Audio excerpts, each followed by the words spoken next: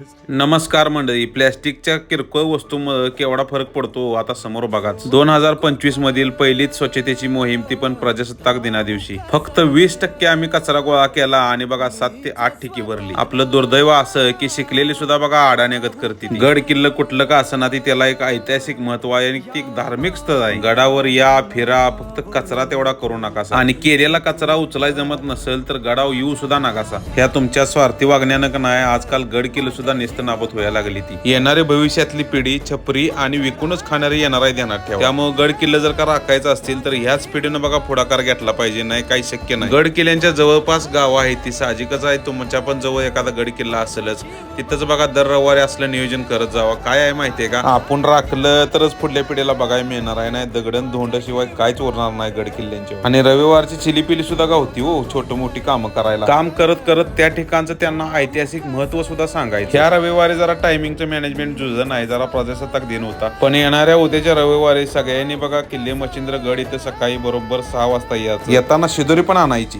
ओम नमो पार्वती पते हर हर